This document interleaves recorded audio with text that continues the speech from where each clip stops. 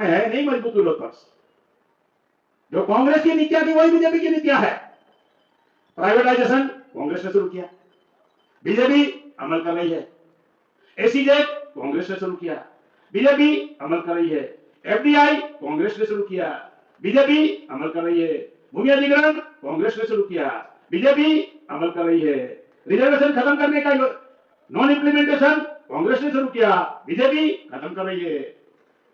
जाति जनगणना पिछड़े वर्ग की कांग्रेस ने नहीं करने दी, बीजेपी का साथ साथ उन्होंने 51 में तो कहा ही कहा, लेकिन 20 मई 1956 में वॉइस ऑफ अमेरिका में कहा ब्राह्मणवाद और लोकतंत्र एक साथ नहीं चला। बाबा को तो मानते हैं, बाबा की बिल्कुल नहीं मानते। ये हमारी समस्या बनी हुई है कि क्रांति की पूजा होनी चाहिए या सिद्धांतों की रक्षा होनी चाहिए।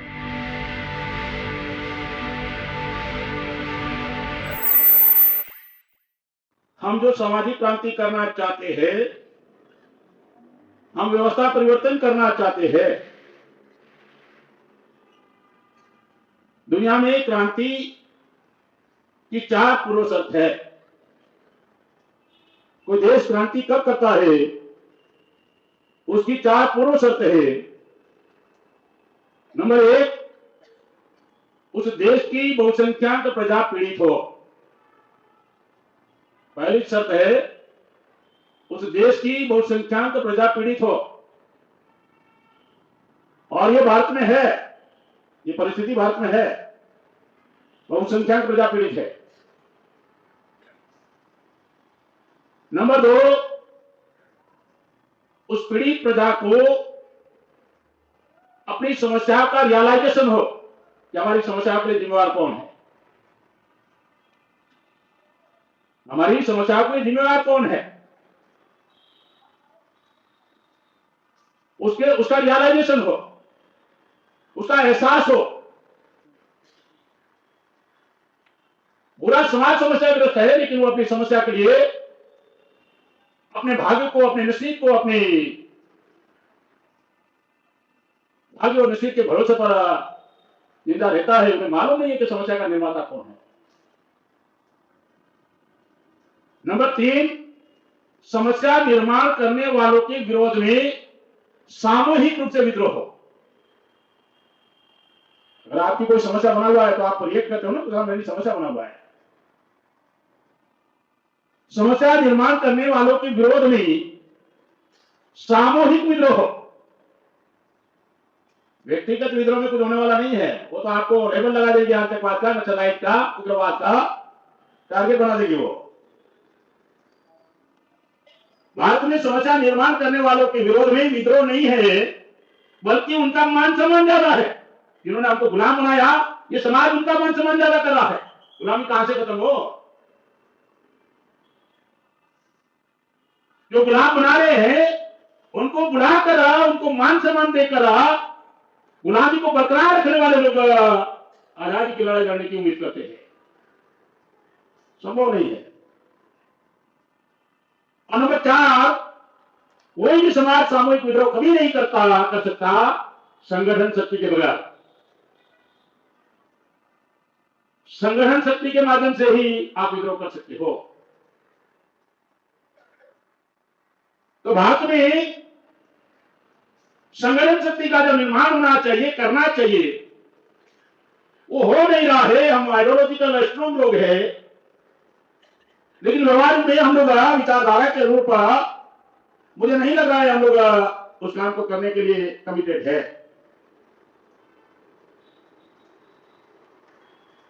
और 28 फरवरी 1982 में माननीय कांशीराम साहब ने एक बात कही, याद रखना, तो बहुजन समाज पार्टी नहीं बनी थी, बामसेन के अध्यक्ष थे। 28 फरवरी 1982 में उन्होंने एक बात कही, इस समाज में 30,000 नॉन पॉलिटिकल लीडर अगर आप पैदा कर लेते हो, बहुजन समाज बन जाएगा।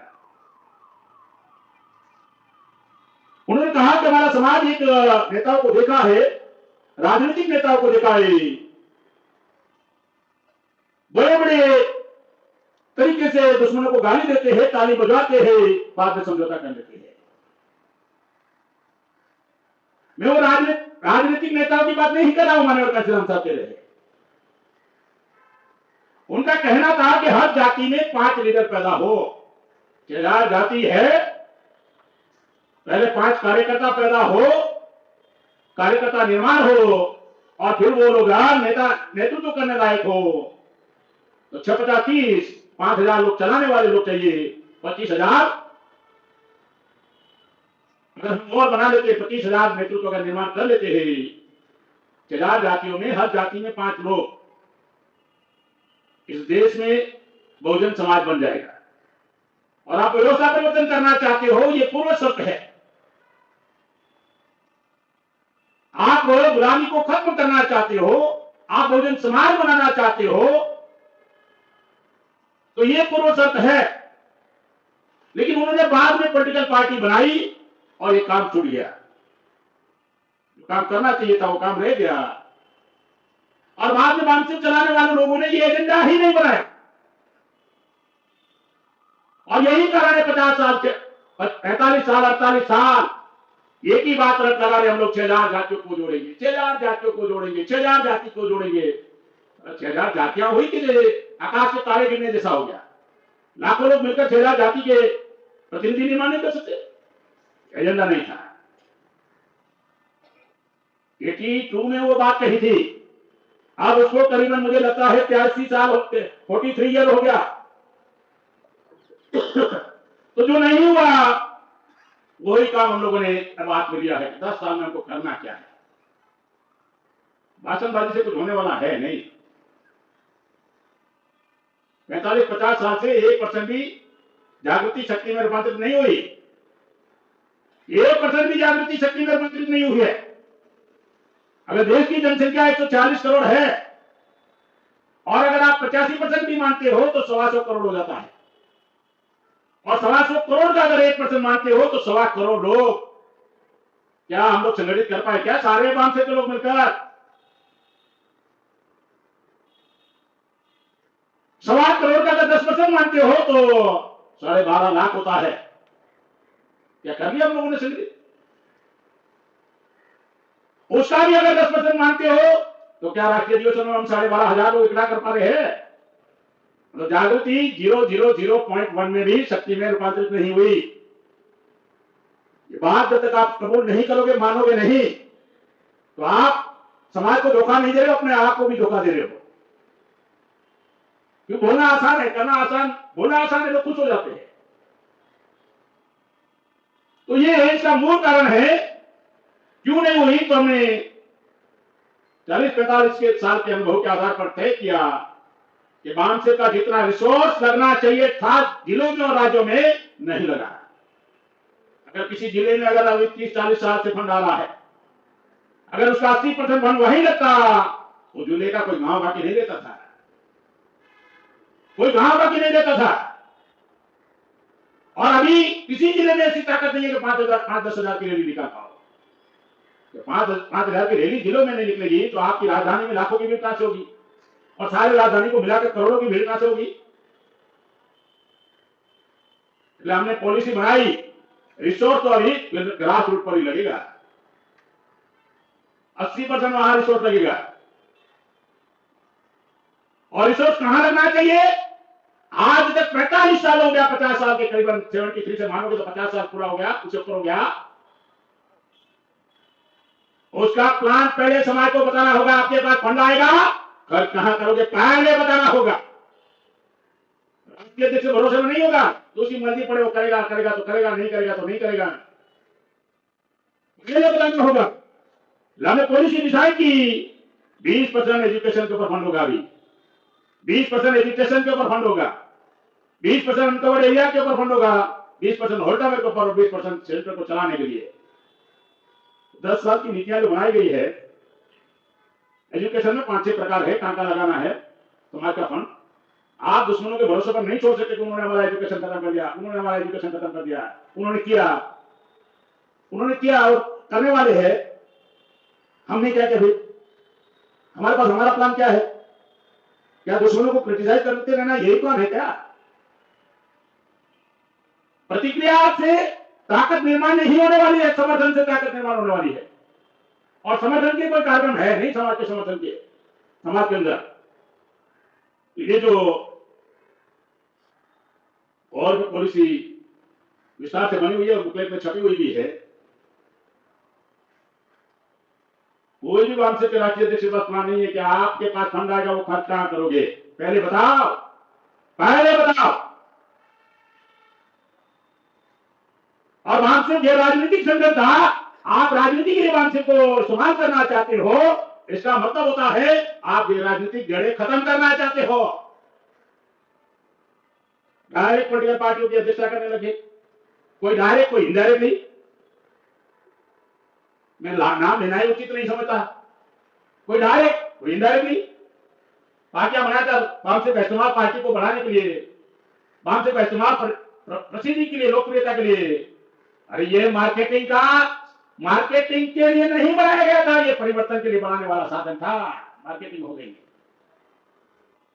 और इसका खामियाजा हम लोग भुगत रहे हैं। साथियों, मैं विषय पर बात रखना चाहूंगा, ताकि समय बहुत अभी कम है, विषय पर बात रखना चाहूंगा।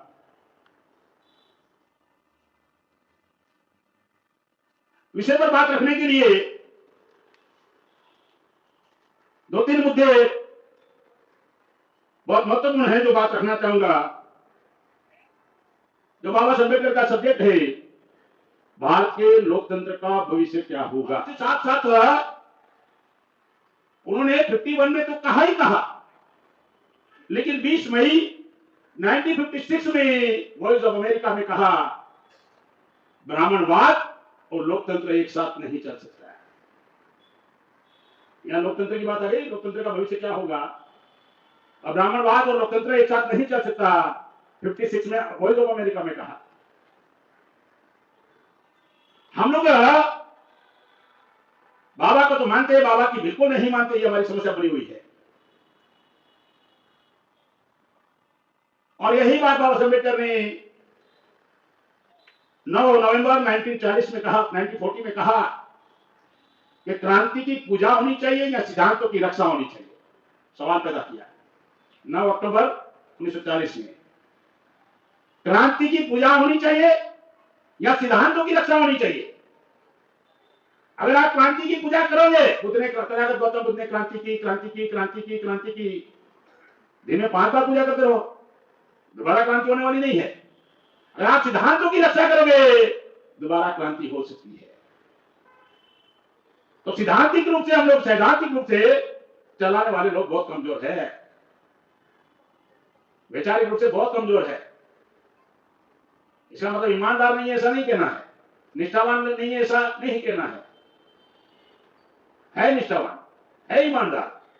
लेकिन वैचारिक रूप से जो सैद्धांतिक रूप से अपने आप को तैयार करने की बात आती है, तो हम लोग के पास टाइम नहीं का टाइम है, न समझने का टाइम है, न समझाने का टाइम है। तो ये जो इस विषय पर मैं कुछ बातें रखना चाहूंगा, भारतीय लोकतंत्र का भविष्य क्या होगा, तो केवल एक लाइन में आपको बता देता हूं। Assistant police commissioner Rajveer Malik साहब ने बहुत सारी बातें की कि लोकतंत्र ऐसे लोगों के हाथ में जाना चाहिए, संवेदनशील लोगों के हाथ में जाना चाहिए, ईमानदार लोगों के हाथ में जाना चाहिए। मैं कहना चाहता हूं, इस देश में 80 करोड़ 5 किलो चावल के ऊपर निर्भर है, बना दिए गए 5 किलो चावल पर निर्भर। अगर 1 किलो का अगर आप 40 रुपया भी मानते हो, तो 5 किलो का होता है 200 रुपया, 12 महीने का होता है 2400 रुपया। क्या वो 80 करोड़ लोग भारतीय लोकतंत्र में अगर चुनाव लड़ना है, विधानसभा में या लोकसभा में, डिपोजिट भरने लायक है? डिपोजिट भरने लायक है? विधानसभा और लोकतंत्र पार्लियामेंट में 80 करोड़ लोग क्या चुनाव की डिपोजिट भरने के लायक है क्या? इसका मतलब 80 करोड़ लोग लोकतंत्र से आउट हो चुके हैं। देश के 80 करोड़ लोग लोकतंत्र के दायरे से बाहर हो चुके हैं। बाबा साहब का क्या भविष्य होगा? ये है भविष्य। तो उन्होंने उस समय कहा था किसी देश में लोकतंत्र जिंदा,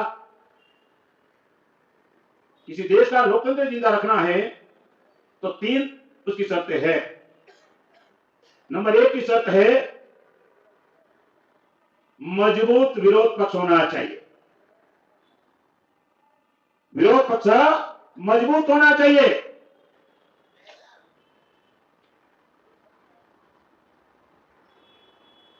मनुवादियों ने, ब्राह्मणवादियों ने, यूरेशियन ब्राह्मणों ने भारत में मजबूत विरोध पक्ष पैदा होने नहीं दिया।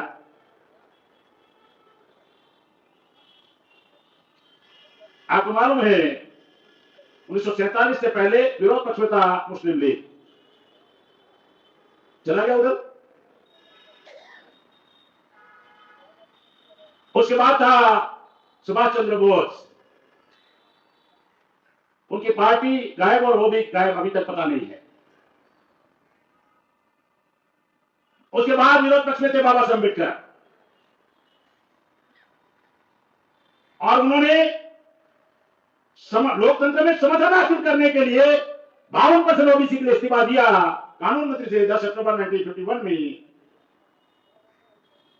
और उसके बाद उन्होंने क्या किया, कांग्रेस के द्वारा आरएसएस ने 11 दिन में जनसंघ बनाया 21 अक्टूबर 1951, मतलब डमी पार्टी बनाया। विपक्ष भी वही, रूलिंग पार्टी भी, अपोजिट पार्टी भी वही। और दूसरा चुनाव आते आते उनको लगा बाबा साहब अम्बेडकर ओबीसी को जागृत करने में कामयाब हो जाएंगे। जनवरी 24 जनवरी 1952 रिजल्ट आया था पहले चुनाव का। 5 साल मान लो, 52 के बाद जनवरी 57 में चुनाव आने वाला था। 6 दिसंबर 1956, 1 महीना पहले बाबा साहब का भी हत्या हो गई। कहां है विरोध पक्ष? मजबूत विरोध पक्ष होना चाहिए। आप में है नहीं मजबूत विरोध पक्ष। जो कांग्रेस की नीतियां थी वही बीजेपी की नीतियां है। प्राइवेटाइजेशन कांग्रेस ने शुरू किया, बीजेपी अमल कर रही है। एसीजेड कांग्रेस ने शुरू किया, बीजेपी अमल कर रही है। एफडीआई कांग्रेस ने शुरू किया, बीजेपी अमल कर रही है। भूमि अधिग्रहण कांग्रेस ने शुरू किया, बीजेपी अमल कर रही है। रिजर्वेशन खत्म करने का नॉन इंप्लीमेंटेशन कांग्रेस ने शुरू किया, बीजेपी खत्म कर रही है। जाति जनगणना पिछड़े वर्ग की कांग्रेस ने नहीं करने दी, बीजेपी कहां करने दे रही है। उसी तरह 5वीं 6वीं अनुसूची आदिवासियों की कांग्रेस ने अमल नहीं किया, बीजेपी कहां कर रही है। उसी तरह बीजेपी के लोगों ने एससी एसटी ओबीसी को पोलराइज करने के लिए हिंदुत्व का मुद्दा उठाया, और कांग्रेस मुसलमानों का तुष्टीकरण कर रही, आरोप लगाया। तो कांग्रेस को लगा कि हम मना कर देंगे, हम नहीं करें मुसलमानों का तुष्टीकरण, मुसलमानों को तवज्जो नहीं दे रहे तो मुसलमान हमारे हाथ से निकल जाएगा। तो सत्य कमीशन कांग्रेस के समय बना और बीजेपी के मुंह पर मारा, आरएसएस के मुंह पर, अरे तुम तो केवल चिल्ला रहे हो मुसलमानों के विरोध में, हमने तो सत्यानाश करके दिखा दिया। 33% मुसलमान ब्यूरोक्रेसी में, प्रशासन में 1947 में 6 साल से 14 साल के बच्चों का 50% मुस्लिम बच्चे स्कूलों के दरवाजे में देखा है। ये कब हुआ? कांग्रेस के समय। सच्चा रिपोर्ट तब आया है। तो बीजेपी क्या मुसलमानों का हित करना चाहती है? कांग्रेस ने सत्यानाश किया, इनडायरेक्टली किया, बीजेपी डायरेक्ट कर रही है। दोनों की पॉलिसी कोई अलग अलग है? दोनों से पॉलिसी मजबूत विरोध पक्ष भारत में है नहीं। सत्ता के 3 पायदान है, याद रखना। जो अभी बोल रहे थे ना मलिक साहब, यहाँ चित्ता प्रसाद जी बोल रहे थे ना, मनोज चित्ता प्रसाद जी, सत्ता के 3 पायदान है। ये पायदान है सत्ता के नियंत्रक लोग, डायरेक्ट टोटल उनके पास पावर है। इस देश में क्षत्रियों की भी पार्टी को पनपने नहीं दिया। शंकर सिंह वाघेला ने बनाया था, वीपी सिंह ने बनाया था, चंद्रशेखर ने बनाया था, अमर सिंह ने बनाया था, राजा भैया ने भी बनाया। क्षत्रियों को भी पार्टी करने नहीं दी, बलियों को भी कोई पार्टी करने चलाने नहीं दी। आपको लगता होगा केजरीवाल चला रहे ना, तो किसके समर्थन से चला रहा है? तो सफाई कर्मी जातियों को कांग्रेस ने, जैसे गांधी ने इस्तेमाल किया, कांग्रेस ने सफाई मजदूर कांग्रेस 45 साल इस्तेमाल किया, तो केजरीवाल ने झाड़ू पकड़ा दिया। तो उनका समर्थन देकर नहीं चला रहा है ना, अभी वो भी खत्म हो रहा है, लोग भी कर रहे हैं। सत्ता के नियंत्रक लोग, सत्ता के हिस्सेदार और सत्ता के पायदान। पायदान का मतलब क्या है मालूम है? जो घर में प्रवेश करते हो तो पैर को साफ करने का होता है ना पायदान, वो क्या बोलते हैं उसको, उसका ही हिस्सा होता है, घर का ही हिस्सा होता है। देख लीजिए, अभी बाबा साहब ने कहा बहुत भाई भारत बनाऊंगा, रामदास अठौड़े लगे हुए हिंदू राष्ट्र का बनाने का। कल केजरीवाल के साथ थे, आज कांग्रेस में है ना, नहीं है गौतम जी, राजेंद्र गौतम? तो आप कर क्या रहे हो? तो ये जो डेमोक्रेसी में आप दुश्मनों का हिस्सा बने हुए हो और आप उम्मीद करते हो कि दुश्मनों के विरोध में दुश्मन आपको सब कुछ प्रोवाइड करे, होने वाला नहीं है। ये होने वाला नहीं है। तो ये जो अभी इन्होंने बताया, Rajiv Malik assistant police commissioner Delhi, ईमानदार लोग पार्लियामेंट में जाना चाहिए। मैं कहना चाहता हूं,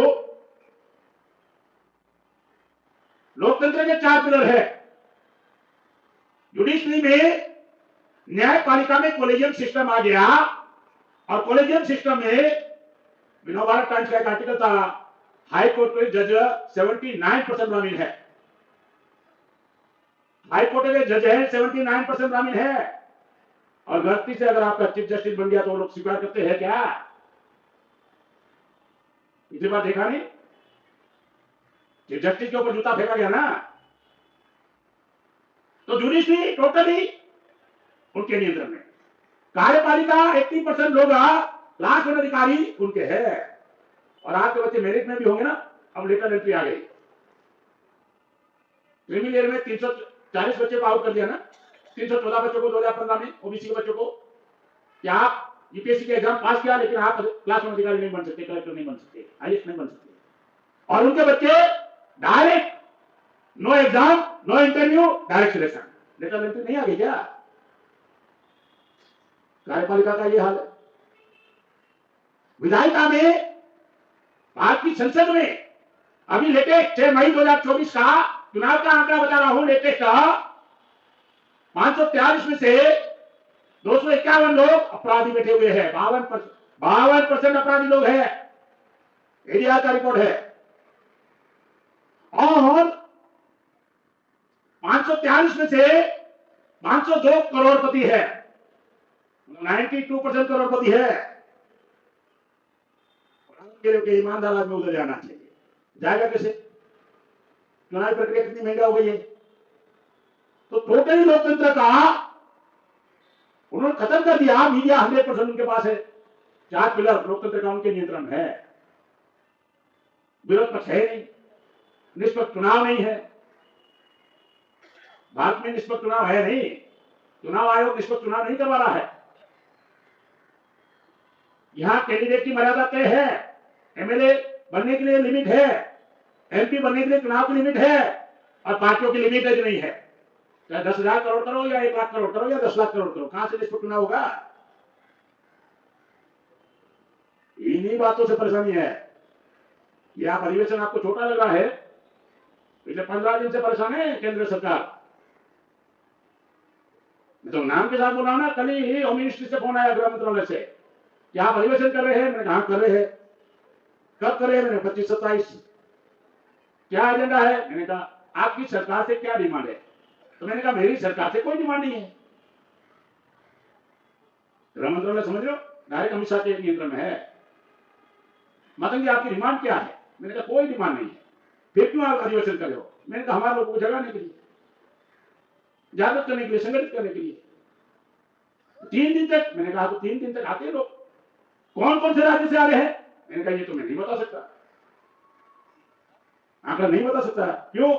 मैंने कहा मान लीजिए किसी की वेटिंग टिकट है, नहीं क्लियर हुआ तो नहीं आएंगे, कोई तत्काल में टिकट बनाकर आ गया तो आ जाएंगे। नहीं, फिर भी आपके पास आंकड़े होंगे ना, कौन से राज्य से कितने आ रहे हैं। मैंने कहा नहीं, अभी निश्चित आंकड़ा नहीं है। तो उनका कहना है आप नहीं बताओगे, हमारे पास तो है ना, क्राइम ब्रांच हमारे पास है। ये पहला अधिवेशन और परेशानी हो रही है। तो निष्पक्ष चुनाव हो नहीं रहा है। अभी तो ईवीएम आ गया तो और मामला भयानक हो गया। ईवीएम के संदर्भ में आपको मालूम है एलन मस्क ने कहा कि ईवीएम में छेड़खानी हो सकती है। जो सुनीता विलियम को वहां से सैटेलाइट से यहां लाया आदमी, टेक्नोलॉजी में एक्सपर्ट है, वो बोलता है ईवीएम से तो हो सकता है कुछ भी। और आपको ये भी मालूम है तुलसी गबार्ड अमेरिका की नेशनल इंटेलिजेंस एजेंसी की डायरेक्टर है, उन्हें कहा ईवीएम में गड़बड़ी हो सकती है। अब दुनिया वाले भी पहचान गए।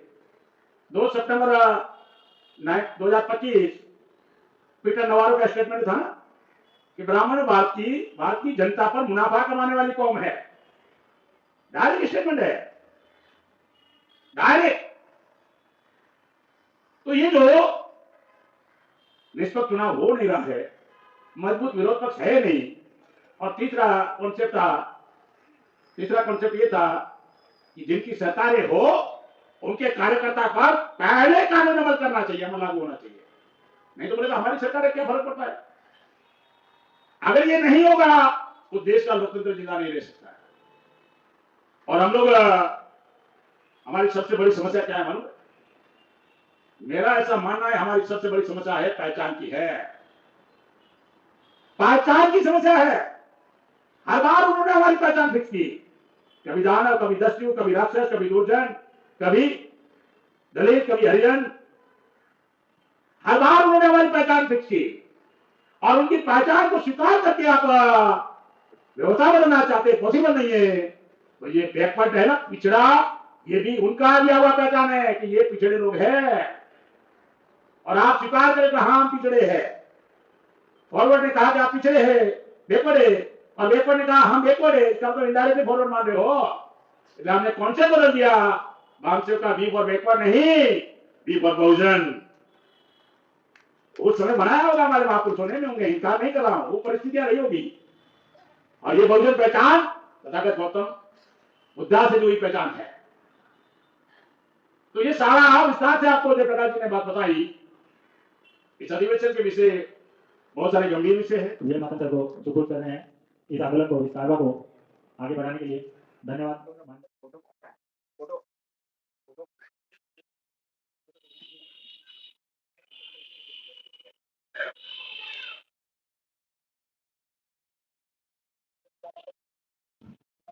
इसी श्रृंखला में माननीय वामपेट के इस आंदोलन को आगे बढ़ाने के लिए माननीय वीएन मातन सर के हाथों में सपोर्ट कर रहे हैं 25,000 रुपए का निधि। माननीय शैलेश सोलंकी जी रिटायरमेंट के उपलक्ष्य में रुपए 25,000 निधि यहाँ पर सपोर्ट कर रहे हैं राष्ट्रीय अध्यक्ष विजय मातन जी को। धन्यवाद।